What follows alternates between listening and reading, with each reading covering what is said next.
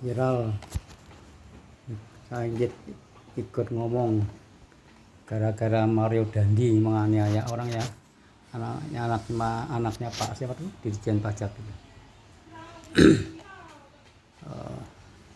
Ikut komen saya jadi ingat dulu saya pernah kerja di pajak ya, hanya di Jubulan saya kerja di sana karena saya nggak ingin sebenarnya kerja di pajak, nggak punya cita kerja jadi pegawai atau jadi karyawan, nggak pernah cita-cita. Saya dari kecil itu udah ya kelas 4 SD udah ngelola usaha walaupun usahanya kecil-kecil ya, tapi kan saya udah berjiwa pengusaha dari kecil. Jadi saya nggak punya cari-cari jadi pegawai atau apa gitu. Nah, itu kan saya ditawarin oleh saudara saya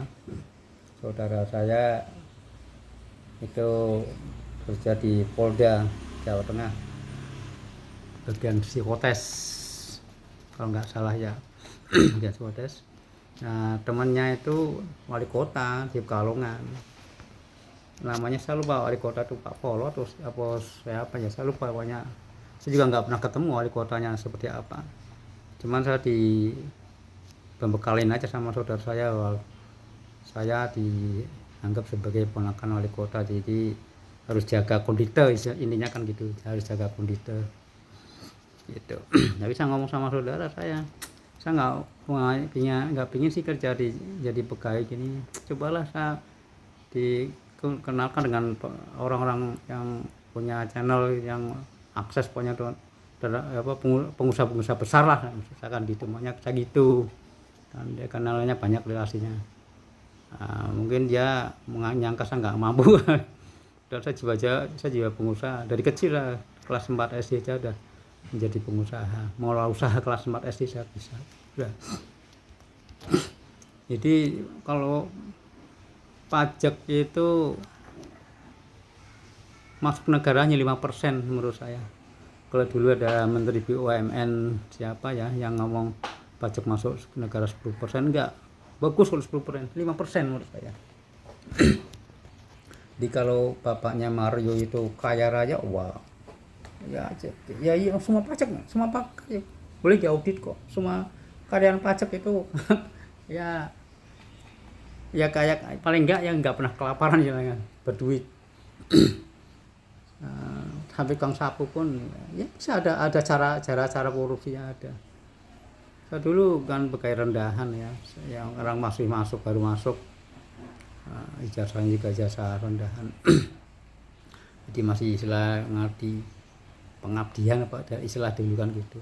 Tapi dijanjiin sama saudara saya mau diangkat jadi pegawai 80%, tapi saya ngomong nggak usah lah, saya mau keluar, saya bilang gitu. Saya nggak betah saya kerja monoton di bawah pimpinan, saya nggak suka. Saya punya kreasi ya, orangnya kreatif, rugi saya kalau kerja monoton gitu.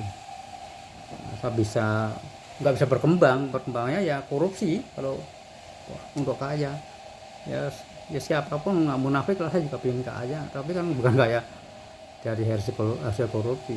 Apa yang dibanggakan kaya dari hasil korupsi? Ketangkapnya pasti, ketahuan pasti, dosanya pasti. Terus hartanya untuk apa hartanya? Dibuat sedekah juga nggak diterima sama Allah. Jadi nggak ada sih, sia-sia sebenarnya orang korupsi, rampok itu hidup itu orang hidup sia-sia menurut saya. Itu hidupnya buat apa ya, di dunianya sebentar doang kok, ngapain harus pakai korupsi, pakai ini untuk kaya aja biar kelihatan kaya. Jadi gitu. Jadi kalau kata Pak Anies, orang-orang yang bayar pajak udah baik-baik pada bayar pajak baik, tapi yang nggak baik adalah pejabat pajak. Itu benar, pejabat pajak itu wah. Jadi pajak itu masuk negaranya 5%, yang paling gede paling gede korupsinya adalah wajib pajak. Jadi kalau pajak 1 miliar itu masuk negara nggak ada setengah miliar. Jadi wajib pajak itu korupsinya paling nggak 1,5 miliar gitu. Jadi bayar separuh pokoknya saya bayar sekian, terserah mau masukin berapa. Memang di store bank dulu kan karena banyak dikorupsi, akhirnya di sistem pokoknya bayar pajak langsung store bank gitu ya, nggak masalah. Itu maling kan pinter, namanya maling. nggak masalah dibagi mau cara dimasukin bank atau apa nggak masalah itu kan ada caranya kan itu caranya maling kan banyak gitu gitu boleh di cross check kok jadi ini omongan saya benar apa enggak boleh di cross check coba diaudit itu pejabat-pejabat pajak diaudit semuanya dari tukang sapu semua sampai pimpinan. Saya nggak ngomong kosong saya tahu gitu jadi saya tuh tahu ilmu korupsi tapi kan saya nggak mau korupsi gitu aja bukan saya balik saya pelongo bukan saya tahu cuman saya nggak mau gitu aja ya makanya saya keluar jadi kalau biar nggak terlibat korupsi ya keluar gitu makanya saya waktu itu pernah nggak masuk 2 bulan itu daftar gaji masih aja dikirim ke rumah oleh karyawan pajak ya teman saya bahwa saya suruh tanda tangan gitu tanda tangan nanti suruh datang ke kantor ngambil gaji saya nggak mau udah sih tanda tangan gaji buat kamu ambil aja saya nggak mau saya bilang gitu itu 3 bulan kalau salah akhirnya saudara saya yang masukin itu yang masih kerja tahu terus ngomong kalau kamu sudah nggak betah ya ngajuin permohonan keluar saja gitu jadi biar inilah konditornya kasihan itu teman saya aja bilang gitu oke akhirnya saya ngajuin permohonan keluar gitu ya udah benar juga sih kalau nggak kan itu saya kan diterima kan resmi ya walaupun belum 100% pegawai kan udah resmi jadi kan nggak bisa dong itu kepimpinan main pecat-pecat gitu aja mecat harus kasih kesangon ya saya nggak punya senjata jadi ya saya langsung bikin surat langsung begitu waktu teman saya datang ke rumah mau ngasih formulir itu daftar gaji satu tanda tangan terus surat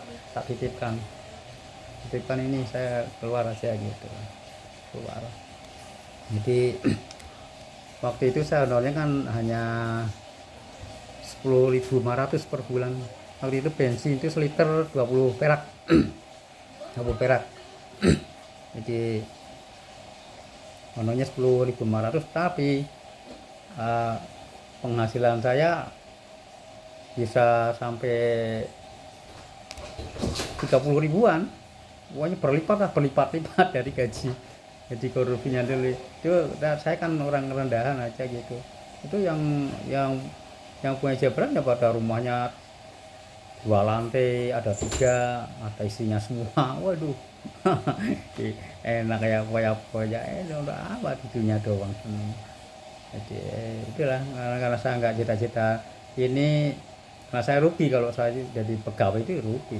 saya punya kemampuan kok yang alhamdulillah Allah memberi saya kemampuan kasih ilmu untuk berbisnis jadi saya pernah juga punya pabrik kerupuk punya pabrik batik pernah pengusaha batik dulu saya pengusaha batik terakhir pengusaha batik saya alhamdulillah sukses dapat piagam gubernur juga karena saya menjadi bapak angkat jadi mengangkat pengrajin batik kecil itu kan pada titip ke saya itu batik saya masuk ke Bututut dulu Bututut setiap bulan ngambil batik saya dulu batiknya kan unik pokoknya unik terus itulah kenapa saya nggak punya cita itu bergawe saya nggak suka itu makanya saya waktu keluar itu dibodoh-bodohin sama saudara teman-teman bodoh kamu kerja enak-enak dipajak banyak duit iya mah pajak banyak duit siapa ya nggak apa saya dibilang bodoh mendingan saya jadi orang bodoh saya bilang gitu mendingan saya jadi orang bodoh nggak apa-apa nanti saya pintar di tempat lain ya alhamdulillah saya mengelola selalu sukses tapi ya endingnya ada kesalahan syariat sebenarnya makanya jadi ini ya satu saya karena waktu itu kan kurang ilmu ya otodidak ilmunya kan otodidak ya jadi ya ambil kalau sekarang kan ya saya bilang kalau buah itu matang di pohon mengelola usaha sekarang saya dulu itu hanya saya dulu kan pernah jadi pengusaha batik ya batik sukses itu terkenal saya nggak ada orang yang nggak tahu saya sampai dosen fakultas ekonomi Undip itu pada kenal saya karena dikenalkan oleh Bank Bapindo waktu itu, masih belum merger ya. Bank Bapindo, rapor saya bagus di bank itu waktu itu. Karena sistem saya, sistem saya itu kalau utang bank itu, kalau utang modal itu nggak ngambil 100%. Kalau sistem saya kan kalau butuh modal yang penting kan udah jalan lancar ya, udah pasarnya ada, SDM-nya semuanya pokoknya udah lancar lah.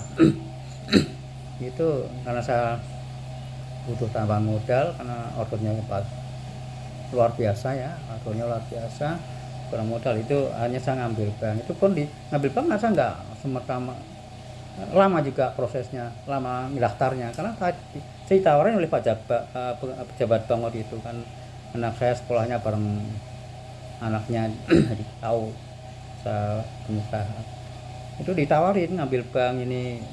Saya nggak ngambil ya, untuk apa, orang udah jalan.